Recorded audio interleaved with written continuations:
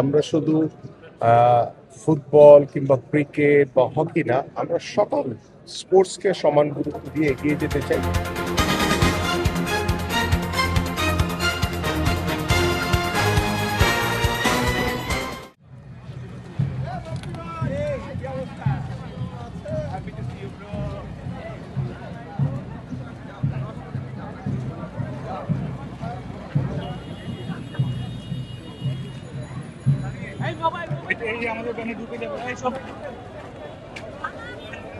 আমাদের যে পরিকল্পনা বা বাংলাদেশের স্পোর্টসকে সর্বোচ্চ গুরুত্ব দিয়ে যে ক্রীড়া হলে পেশা, পরিবার পাবে ভরসা, এবং এই ক্রিয়ার মাধ্যমে আমরা একটি সেতু বন্ধন তৈরি করতে চাই। আমরা সকল বাধা বিপত্তিকে অতিক্রম করতে চাই এবং আমরা এগিয়ে যেতে চাই বাংলাদেশের ক্রীড়াঙ্গন নিয়ে দল মত নির্বিশেষে একটি জাতিকে ঐক্যবদ্ধ করার জন্য অন্যতম মাধ্যম হচ্ছে খেলাধুলা, এবং সেই খেলাধুলাকে সর্বোচ্চ গুরুত্ব দিয়ে আমরা শুধু ফুটবল কিংবা ক্রিকেট বা হকি না, আমরা সকল স্পোর্টসকে সমান গুরুত্ব দিয়ে এগিয়ে যেতে চাই। এবং সেই লক্ষ্য নিয়ে আমাদের মাননীয় প্রধানমন্ত্রী ইতিমধ্যে তার যে কার্যক্রম সেগুলো শুরু করেছে, এবং তার নির্দেশনায় আমি এবং আমার যারা কর্মকর্তা বৃন্দ আছেন, এদেশের ক্রীড়া সংগঠক, ক্রীড়াবিদ সবাইকে একসাথে ঐক্যবদ্ধ করে একটি সেতু বন্ধন আমরা তৈরি করছি, এবং সেই সেতু বন্ধনের মাধ্যমে আমরা বিশ্বাস করি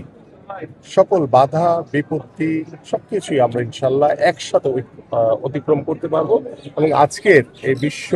ক্রীড়া দিবস উপলক্ষে আমরা চাই যে আমরা একটি সেতু বন্ধনের মাধ্যমে আমরা সকল বাধা বিপত্তি অতিক্রম করে আমরা একসাথে একযোগে এগিয়ে যাব বাংলাদেশের খেলাধুলাকে সর্বোচ্চ গুরুত্ব দিয়ে।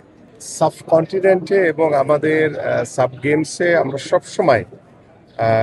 পজিটিভলি চিন্তা করেছি যে আমাদের সর্বোচ্চ পদক যাতে আমরা অর্জন করতে পারি, সেই লক্ষ্য নিয়ে বিগত সময়েও কাজ হয়েছে। বাট আমরা দায়িত্ব নেওয়ার পর থেকে আমাদের মাননীয় প্রধানমন্ত্রী তিনি যেভাবে আন্তরিকতার সহিত স্পোর্টসকে গুরুত্ব দিয়ে তিনি যেভাবে সকল স্পোর্টসকে সমানভাবে দেখে, এবং আমাদের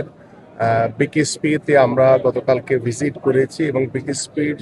যে সুযোগ সুবিধাগুলো দরকার, বিকেএসপি শুধু যাতে সবাই ঢাকা কেন্দ্রিক না হয়,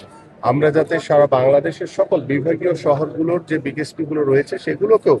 আমরা সচল করে সেগুলোকে সমান সুযোগ সুবিধা বৃদ্ধির মাধ্যমে আগামী 30শে এপ্রিল আমাদের মাননীয় প্রধানমন্ত্রী